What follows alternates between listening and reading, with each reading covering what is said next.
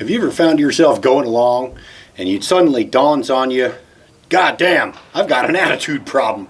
I'm not getting anything done. I kind of need a pick-me-up. I need something to change my outlook and get me going. Well, here's an idea. Why not try a Longslide 45?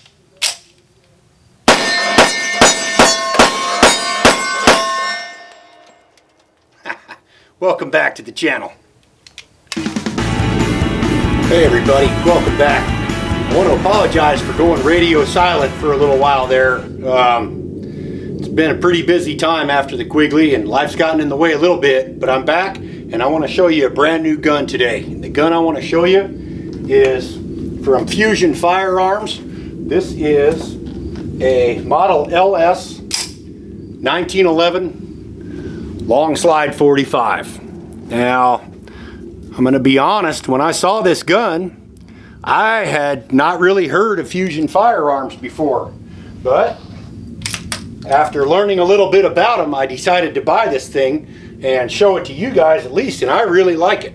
So come on in here and let's have a look. Alright, so first things first, this is the Fusion Firearms 1911. This is pretty much, this is a really good looking gun. Now, I hadn't heard of these guys before, like I said. Maybe it's just because I wasn't paying attention. There's a guy named, I think it's Bob Serva. He's the owner of Fusion Firearms down there in Florida. And what I found out while I did a quick Google search at the gun store is that he used to be the president of Dan Wesson Firearms. Now, I'm going to assume that was before they were bought out by CZ. And you guys have seen my Dan Wesson, and you know that I really like it. And so that eased my mind about buying this gun. I actually, once I saw that, I figured, you know what, this is probably a really good 1911. And the price, honestly, was $11.99. And I feel like that's a good deal on a good, better than production grade 1911. One of the things I wasn't so thrilled about is that it came with only one magazine. Now, this magazine is pretty clearly made by Mekgar. I brought a bunch of different mags for you guys to check out. But as you can see, the stamping here is pretty well identical. The format is identical. And I like Mekgar mags. Every Mekgar mag I've ever picked up has worked flawlessly for me. So I had no hesitation about that. The firearm comes in a really nice case, and it's got some Velcro straps here. You can strap that thing down so it doesn't flop around in there. They also give you a spare recoil spring and a wrench if you need it to take the thing apart. You got your owner's manual in here as well. Now, one of the things I really like about this 1911 so far, and this is the first time I've shot it, by the way, is that this thing retains all the original Colt architecture, okay? This is not a gun made to look like a 1911, but the guts are all different. Anybody who's ever served in the Marine Corps and been around 1911s will be able to field strip this thing and put it back together in their sleep. This is your standard. It's an enhanced version of the government model, basically, which I really like. And the thing that made me buy it, of course, is that it's a Longslide. I've always wanted a Longslide 1911. I wasn't even thinking about it when I waltzed into the store, just looking around to see what was going on. But at any rate, this gun is brand new, straight out of the box. I did clean it some, because this thing came in a bag that it was oiled. Right when I got it out of the bag, it had a bunch of oil on it. It could have stayed in that bag for 20 years probably. The other thing I really like about it right off the bat is you got enlarged safety and an enlarged slide release right here. Makes it really easy to operate, you know, with one thumb. You don't have to get the absolute perfect grip on it because it's got serrations on there. You grab your thumb, you pop that slide down really quick. It's also checkered front strap and back strap. For me personally, I would have preferred the arched spring housing right here, but I can live with this the way it is. It has a really nice set of rosewood grips too.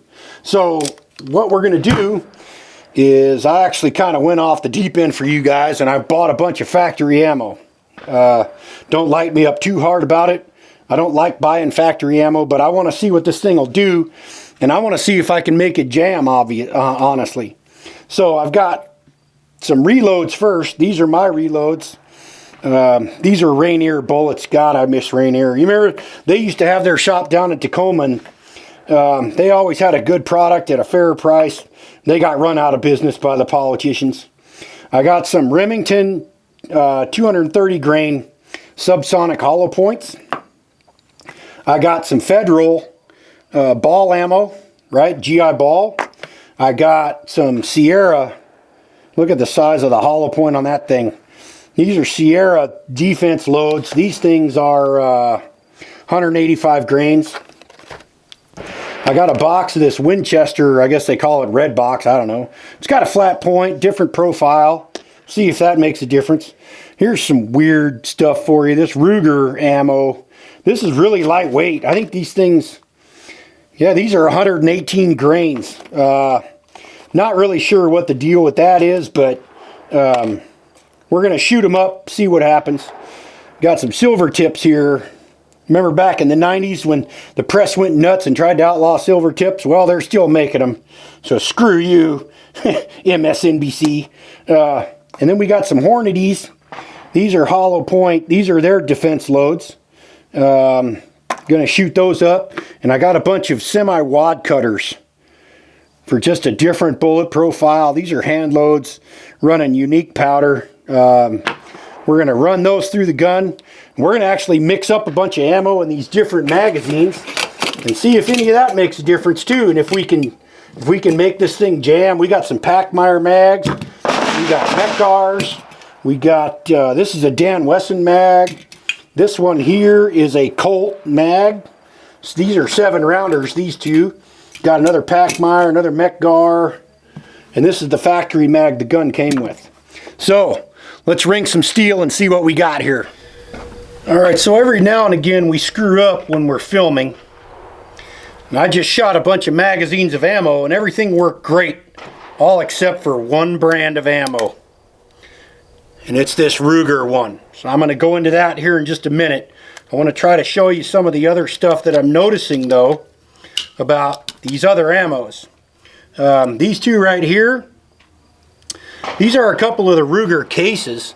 Now they're firing pretty clean, and this ammo is a real light recoiling ammo. The bullets only weigh 118 grains. Those are the ones I was able to get to fire though. So everything else ran flawlessly. Here's a pair of Winchesters. This is a silver tip case. This is shooting really clean ammo too. This Winchester here is the flat point ball ammo. Shooting a little dirtier. Still a good shooter though. We got this one here. Oh, this is another one of the Winchester silver tips. Running nice clean ammo. This guy here is a Federal 230 ball ammo. Shoots about like you'd think 230 ball would. Doesn't disappoint. The Remington jacketed hollow points. This is a 230 grain jacketed hollow point. And right now, this load's an easy shooter. I'm really liking it. It shoots clean. It's moderate recoil. For being one of the heavier bullets, you wouldn't think so. But this is a real good shooter. Would be an excellent choice for defensive work. These Hornadies, these shot super clean too, and the recoil is the lightest of the bunch. Like I said, this Hornady ammo is 230 grain XTP. This was a good shooter. Like I said before though, I hate it because of those small pistol primers. So I won't buy it anymore. But if you don't reload, maybe that doesn't make a difference to you. Other than that, the brass is clean. Powder's all burned out of there. It's looking good. Last two here, my hand loads. These are running unique powder. So they're going to be a little dirtier, and they are. So let's reload and run that test again. Okay, first things first, I want to show you this Ruger ammo. This is some crazy looking ammunition, and I'm not even sure what that bullet's made out of, but for one reason or another, this gun does not like it at all. So I've got another full mag. Let's load it up and have you take a look, see what you think. First round fed. Oh, failure. So we'll drop the mag, pop that bad boy out.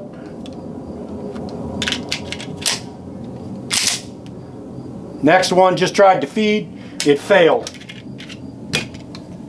Pop it out. Yeah. Let's try it again. Failed again.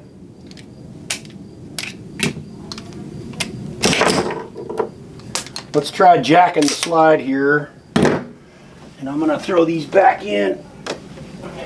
Try it again. We'll see if we can get these things to run. At this point, I do not believe it's the gun. This is the ammo. Nope, failed to feed.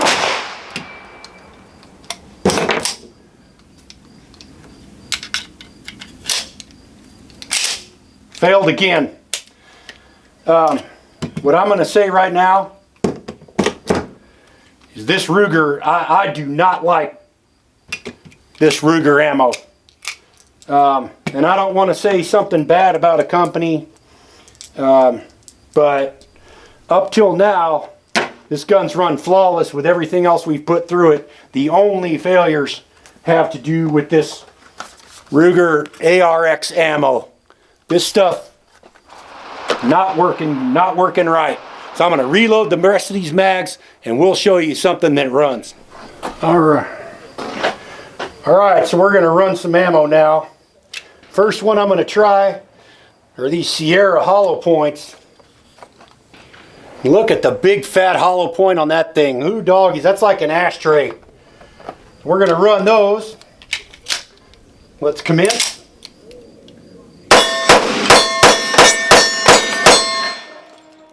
%, Winchester flat points, regular ball ammo. Alright, we've got some 230 grain Winchester ball ammo.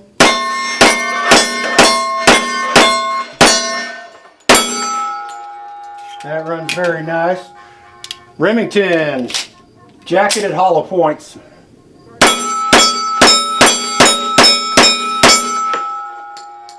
%. Here's our old hand loads with the Rainier bullets.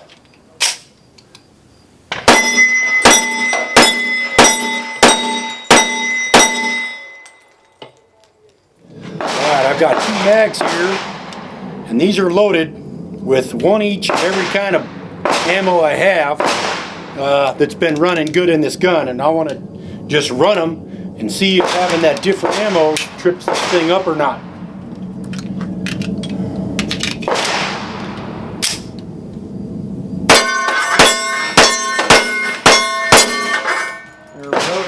Winner.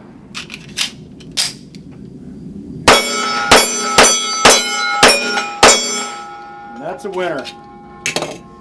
We're starting to narrow this down. Now let's run some 230 grain ball.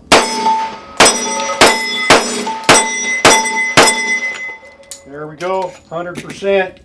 Got some of my old Rainier bullets here.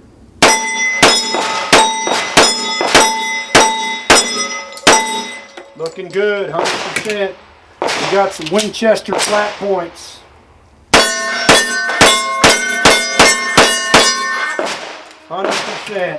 We got, these are the Hornady, yep, small pistol. These are the Hornady jacketed hollow points. Running good. I think we're starting to narrow this down. All right, let's take some more shots.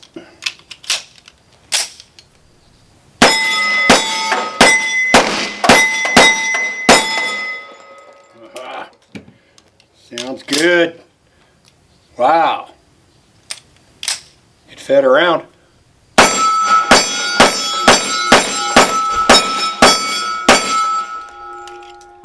Here's load another one, baby.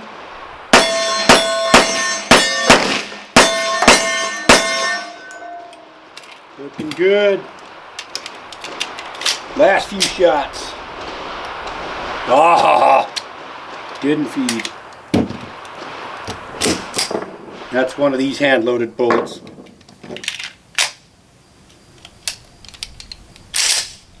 I think that's an issue with the crimp. There we go. So let's take this bad boy on back to the shop, clean it up, see what we think. Ah, it's hot. Damn. Let her cool down. One of our targets. If we come around the back, we can see that right there. This was a brand new 2x4 this morning. We sent at least one through there. Hell, maybe a couple of them. That's good shooting. That's why we build these out of 2x4s. We sent one through the hole here too. We turn this sucker up. You can see it right there. It's all right. They're Home Depot 2x4s. They weren't straight anyway. So, all right. So we had a lot of fun shooting this thing today. I thought I'd give you guys a little bit of a closer up view of it. We've got checkering on the back and on the front straps of the mag well. I really kind of like the beveled mag well. It just magazines just kind of naturally want to go right up in there, right? I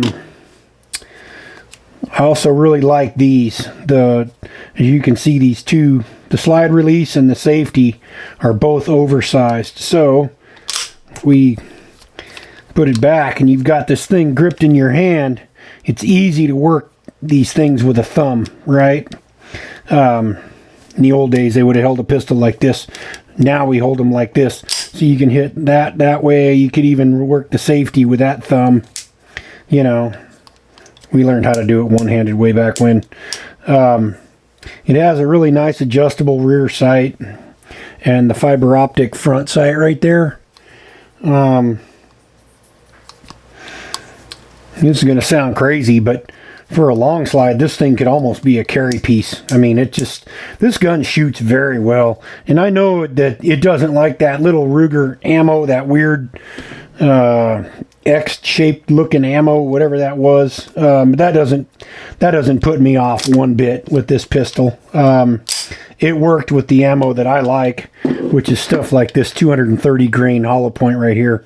It worked flawlessly. And in the end, I think that for the value, for what I spent versus what I got, I think that this brand, Fusion Firearms, I think this is actually really an outstanding buy. I mean, I really can't think of hardly a single bad thing to say about it. And like I said, the full boat retail on this thing for me was $1,100. It's very, very hard to buy a nice 1911 for that kind of money. The cheaper guns, you know, they're all mass manufactured. A lot of them are just junk. So I feel like bang for the buck and performance wise, this Fusion 1911, I just don't see how you can go wrong. Feel free to give them a try. Feel free to leave a comment. Let me know if you think I'm, you know, off base or whatever. But man, I think once you try one of these, you're really going to like it. So I'll leave it right there. We will see you guys next time on Recoil Therapy. Give her a try. Wow.